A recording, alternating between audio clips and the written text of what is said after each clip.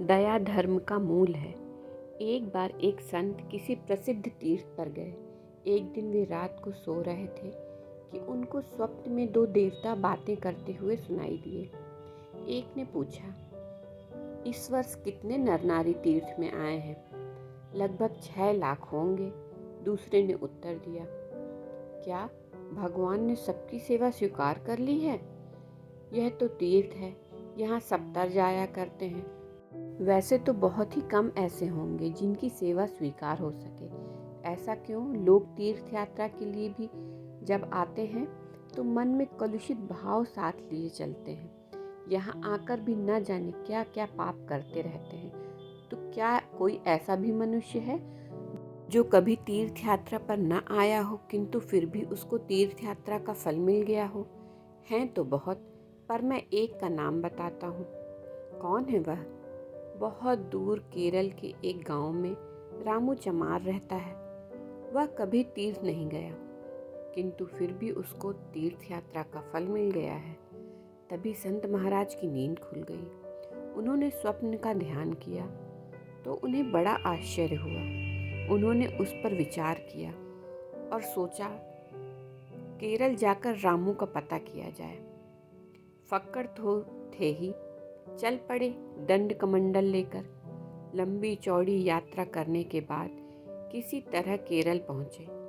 केरल का गांव गांव छाना, तब कहीं जाकर रामू चमार का पता चला। रामू के पास पहुंचकर संत बोले, भैया क्या काम करते हो? महाराज, जूते बनाकर गुजर करता हूँ। कभी तीरथ वीरथ भी गए हो? महाराज, मैं गरीब आदमी, भला इतना पैसा कहाँ से लाऊं जिससे तीरथ जा सकूं? मन में इच्छा होने पर भी मजबूर हूँ, जा नहीं सकता। तुमने कोई पुण्य कार्य कभी किया है? संत तो अपने स्वप्न की झोंक में उससे पूछते जा रहे थे। ना महाराज, मैं ऐसा भाग्यशाली कहाँ। रामू बोला, वर्षों से मैं तीरथ जाने की सोच रहा था, कुछ पैसे जोड़े भी। जब जाने की तैयारी की तो पता चला कि पत्नी के बच्चा होने वाला है। रामू सुना रहा था। पत्नी को एक दिन पड़ोस में से मेथी की गंध आ गई।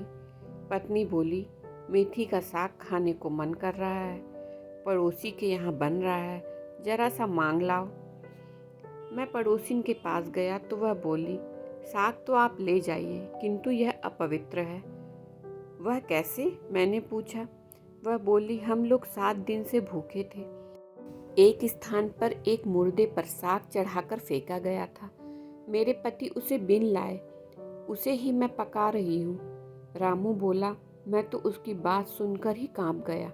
मेरे मन में सीधे आया, पड़ोसी 7-7 दिन तक भूखे रहें और हम पैसे बटोर कर तीर्थ यात्रा करने जाएं, यह तो ठीक नहीं है।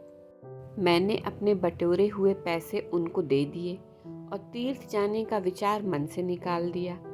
अब वह परिवार सुखी है, संपन्न भी हो गया है।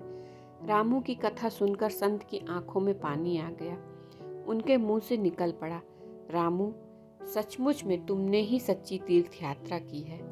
यूं कहकर वे उसको प्रणाम करने के लिए झुके तो रामू ने उनको रोकते हुए कहा, महाराज, यह क्या अनर्थ कर रहे हैं? मुझे पाप का भागी बना रहे हैं। इतनी देर से आप आए हैं, मैंने पानी तक के लिए आपसे नहीं पूछा।